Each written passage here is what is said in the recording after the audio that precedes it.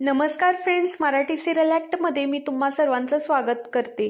अबोली मालिकेतील आजच्या भागामध्ये आपण पाहणार आहोत। इकडे अंकुश हा दमयंतीच्या घराला लॉक करत असतो तेव्हा अबोली विचारते, अंकुश सर तुम्ही काय करताय? त्यावेळेला अंकुश म्हणतो की दमयंतीच्या घरामध्ये आता तू राहायचं नाहीस, तिच्या घराला नेहमी लॉक राहणार आहे, तू आता आपल्या घरी येणार आहेस। त्यावर अबोली म्हणते ठीक आहे आणि अंकुश बोलतो आता तिच्या घराचं लॉक माझ्याकडे राहणार आहे, आता तू तिकडे बघ, मला तुझ्या डोळ्याला पट्टी बांधायची आहे। तेव्हा अबोली अंकुशला म्हणते पट्टी कशासाठी सर, मला दिसेल का सर? मग अंकुश बोलतो माझा हात पकड ना, मी आहे ना तुला न्यायला, आणि सावकाश चल, जसं मी तुला सांगतो आहे तसं तू माझ्या बरोबर यायचं आहे। आता अंकुश हा अबोलीला आपल्या घराजवळ आणतो आणि तिला म्हणतो डोळे उघडायचे नाही, जरा इथेच थांब, आणि तो रागूकडून ताट मागून घेतो। त्यावेळेला अबोली म्हणते रागू पण इथे आहे का? त्यावर अबोली रागूला म्हणते रागू सांग ना काय चाललंय इथं? त्यावेळेला ती बोलते की वहिनी थांब, तुला सगळं समजेल। इकडे अंकुश ती फुलं खाली टाकत असतो अबोलीच्या स्वागतासाठी, आणि सर्व फुलं व्यवस्थित टाकून झाल्यानंतर तो बोलतो अबोली पायातील चपला काढ, आणि अंकुश अबोलीला म्हणतो मी तुझ्या डोळ्याची पट्टी काढतोय, तू हळूहळू डोळे उघड। पट्टी काढल्यानंतर अंकुश अबोलीला विचारतो हे बघ, हे तुला कसं वाटलं? तेव्हा अबोली म्हणते हे सर्व खूपच छान आहे। त्यावर अबोली बोलते हे सर्व करायची काय गरज होती सर? त्यावेळेला अंकुश बोलतो हे करायची सर्व गरज होती। ते दोघे जण सोबत पहिलं पाऊल टाकतात आणि अंकुश अबोलीला खूप मानाने घेऊन घरामध्ये येतो।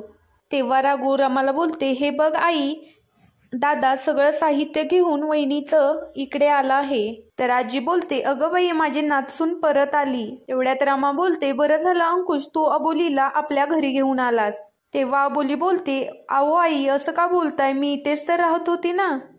तेव्हा आजी म्हणते अबोली तुला नाही माहिती, तू अग्निपरीक्षा पास होऊन घरी आलेली आहेस। तेव्हा इकडे अबोली आजीचा आणि रमाचा आशीर्वाद घेते। तर इकडे अबोली आजीला म्हणत असती आजी मला तुला थँक्यू म्हणायचं आहे, खरं तर तू मला मदत केलीस त्यामुळे मी फुलवाचा हा खरा चेहरा सर्वांसमोर आणू शकले।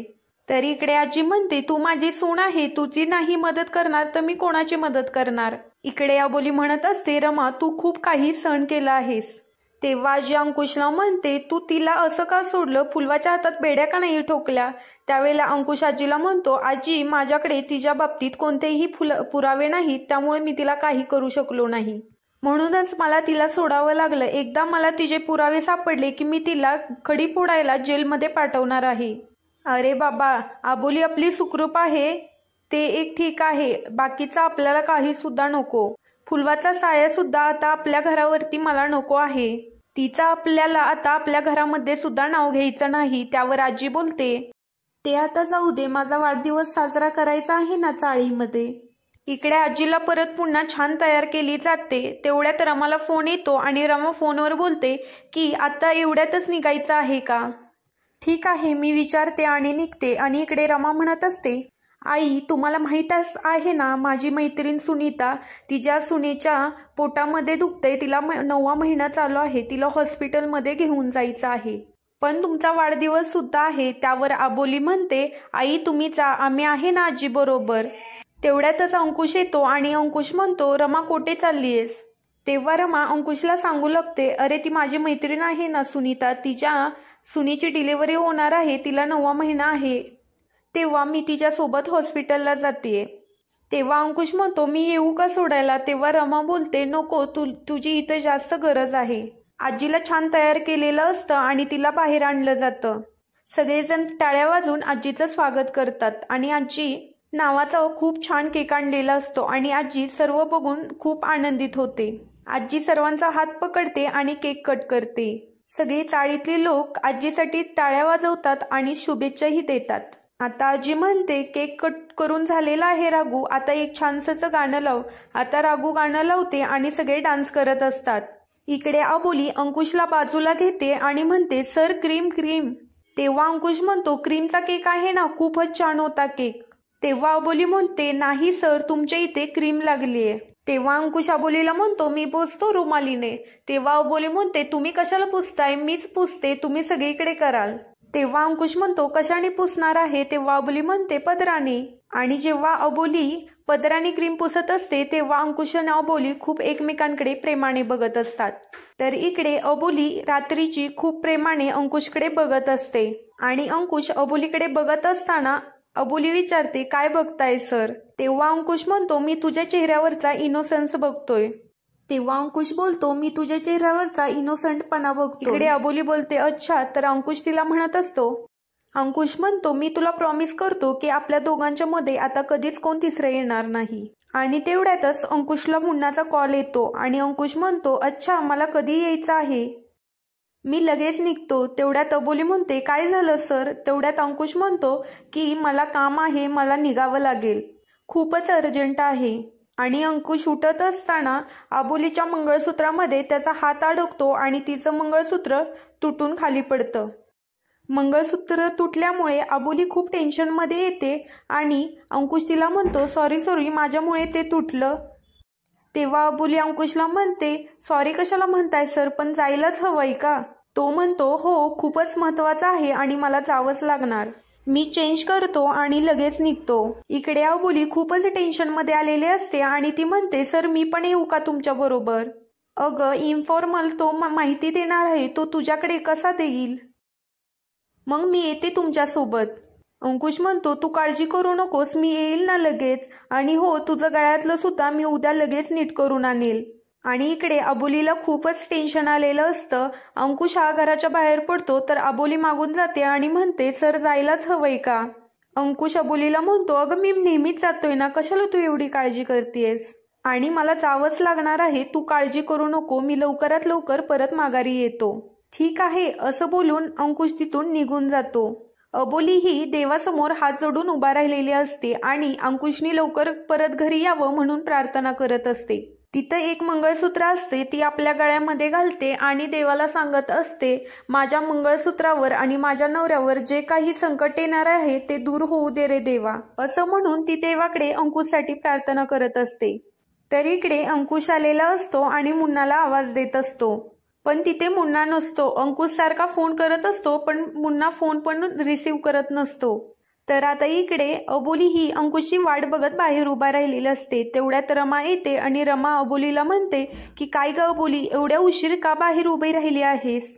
अंकुश बाहेर गेला आहे का?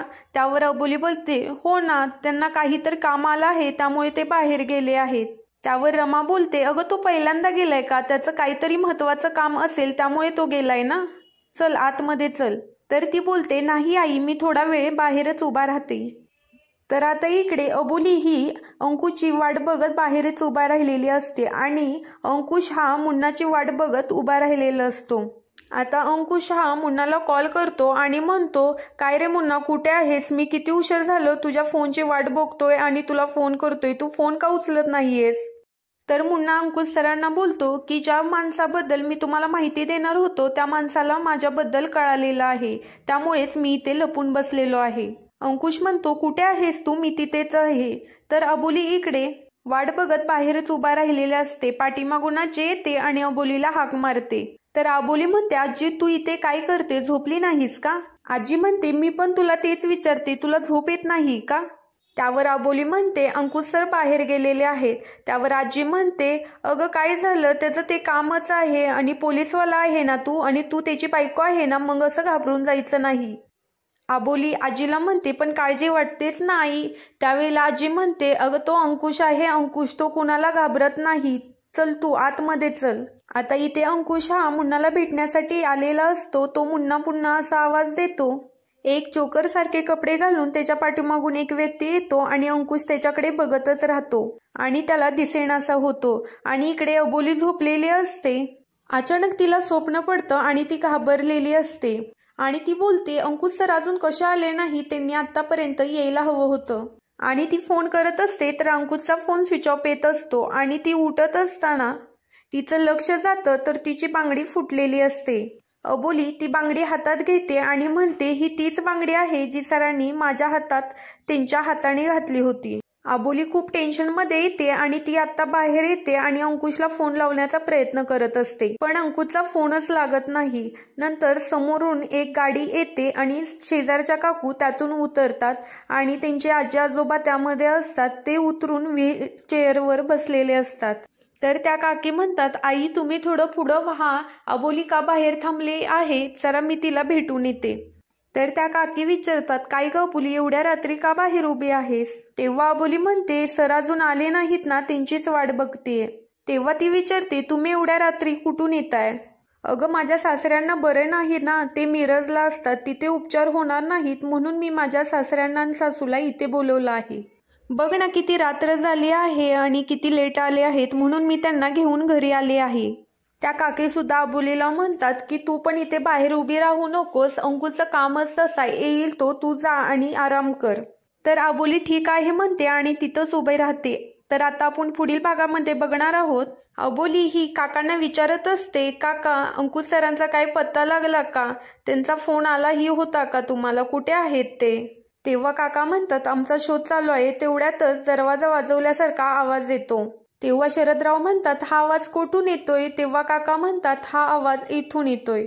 काका आणि शरदराव दरवाजा उघडतात तर फुलवाई एका बाजूला बसलेले असते आणि फुलवाई म्हणत असते, ह्याने माझ्यावर बलात्कार केलाय आणि ह्याने माझं आयुष्य पूर्ण बर्बाद करून टाकलेलं आहे.